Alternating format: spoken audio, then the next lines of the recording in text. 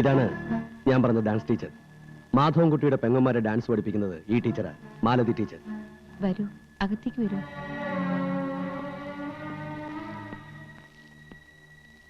നമ്മൾ പറഞ്ഞ കാര്യങ്ങളൊക്കെ ടീച്ചറാണ് ഏറ്റിരിക്കുന്നത്.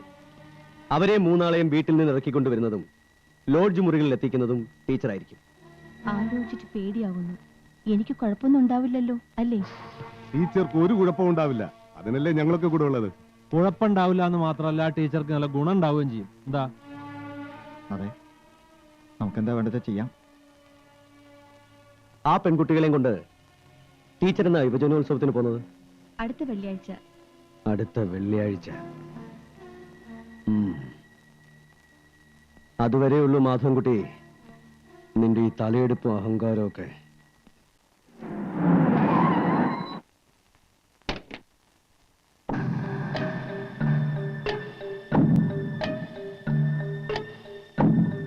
വരൂ.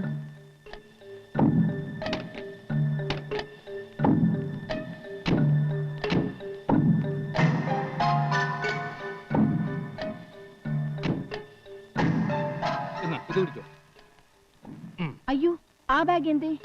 ആ ബാഗല്ലേ ഈ ബാഗ്? ഈ ബാഗ് അല്ല, ഡാൻസിന്റെ ഡ്രസ്സുകൾ വെച്ചിരുന്ന ബാഗ്.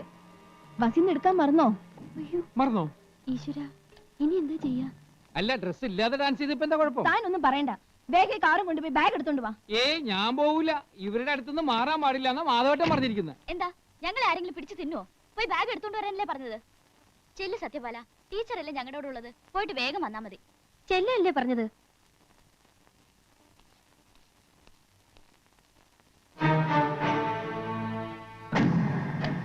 വരൂ.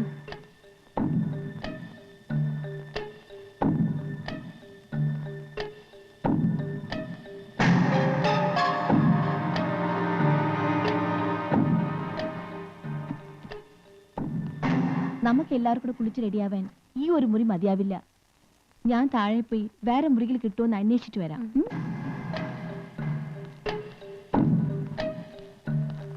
പറഞ്ഞതുപോലെ എല്ലാം ചെയ്തില്ല എങ്കിൽ താഴെ റിസപ്ഷനിൽ ചോദിച്ചാൽ മുറിയുടെ താക്കോല് തരും. 3 പേരെയും 3 മുറികൾ കയറ്റി വിടുക. അതിനകത്ത് 3ലും നമ്മുടെ പയ്യന്മാരുണ്ട്.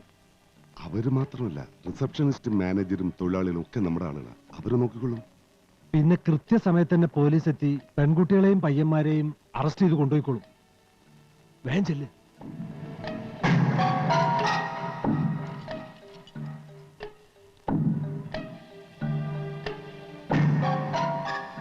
ആ വണ്ടി എടുക്ക. വാ.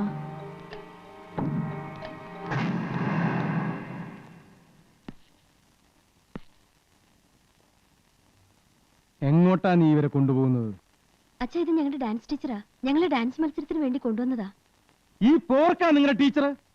ഏയ് മിസ്റ്റർ, കുറച്ചുകൂടി മാന്യമായി സംസാരിക്കണം.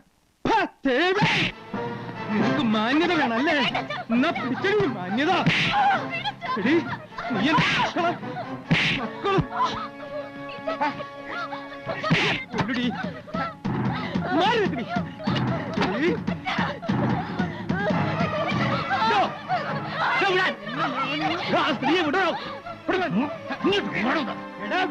ഒരു സ്ത്രീയുടെ നേരെയാണോ ഇങ്ങനെ അക്രമം കാണിക്കുന്നത്?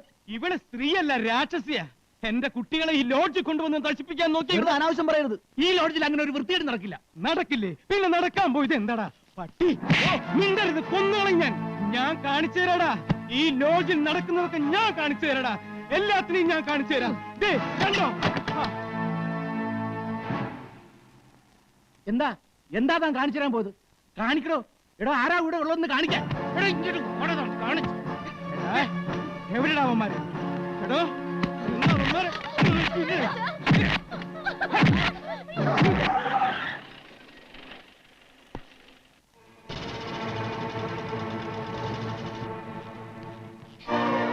എന്താ ഉണ്ടായത്? എന്താ ഉണ്ടായെന്ന് ഇതേ നിൽക്കുന്ന നിങ്ങളുടെ സഹോദരിമാര് അവരോട് ചോദിക്കുക. അവരെന്നെ പറയും. അച്ഛനാ ഈ പ്രശ്നം മുഴുവൻ ഉണ്ടാക്കിയത്. അച്ഛൻ ഒരാളാ. ഞങ്ങള് താമസിക്കുന്ന ലോഡ്ജിൽ വന്ന് അച്ഛൻ വെറുതെ ബഹളം ഉണ്ടാക്കുമായിരുന്നു.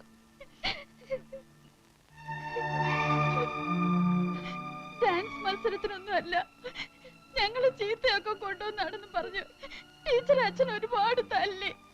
മോനെ മാധവൻകുട്ടി, ഇവര് പറയുന്നൊന്നല്ല സത്യം. നിർത്ത്.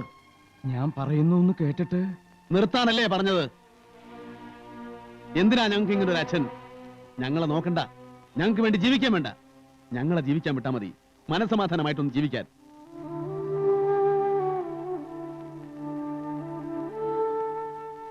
മേലാൽ അച്ഛനാണ് മക്കളാണെന്ന് പറഞ്ഞ് അങ്ങോട്ട് വന്നേക്കരുത്. ഞങ്ങൾ ഒരു കാര്യത്തിലും ഇടപെടരുത്, ഒരു കാര്യത്തിലും.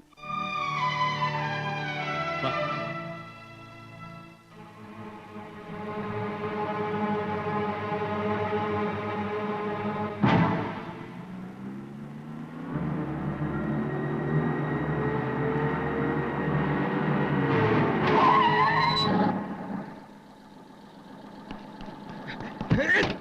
എടാ നായേ,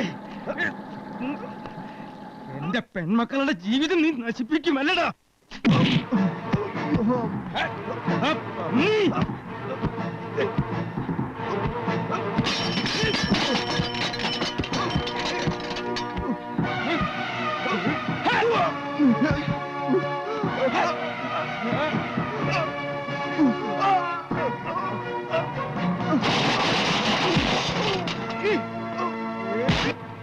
ബാലേട്ടാ, ബാലേട്ടാ, മേനത്തെ ചട്ടമ്പി പിള്ളേരെ ബസാലോട്ട് തല്ലുന്നു.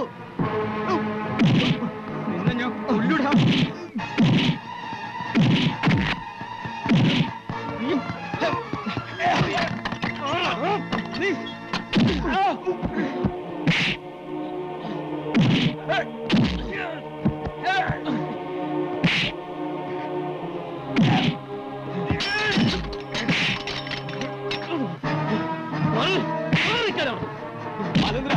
വേണ്ട, വേണ്ടെന്നാ പറഞ്ഞത്.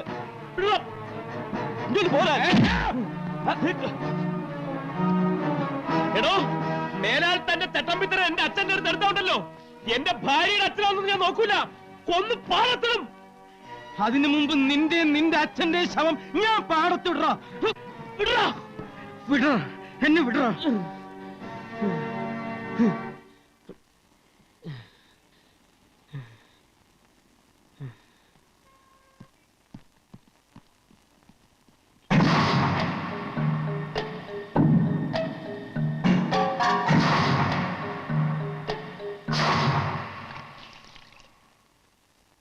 അയ്യോ, പൊള്ളിയോ അച്ഛാ? പൊള്ളിയതല്ല, അവന്റെ ഒരു ചവിട്ട് ഞാൻ ഇവിടം കൊണ്ടാ തടുത്തത്.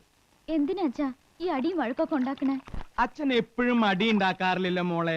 വഴക്കുണ്ടാക്കുമ്പോഴല്ലേ അച്ഛൻ അടി ഉണ്ടാക്കാറുള്ളൂ. അടി ഉണ്ടാക്കാത്തപ്പോ അച്ഛൻ വഴക്കുണ്ടാക്കാറില്ലല്ലോ. അച്ഛൻ എന്ത് പറഞ്ഞാലും കളിയാ. അച്ഛൻ എന്തെങ്കിലും ആയിപ്പോയാ പിന്നെ ഞങ്ങൾക്ക് ആരാ ഉള്ളത്?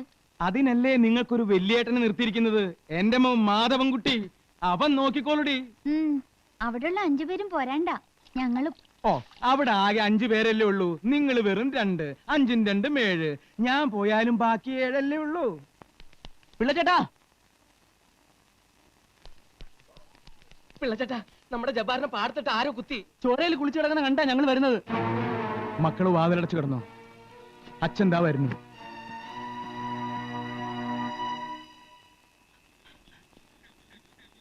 ജബ്ബാറേ!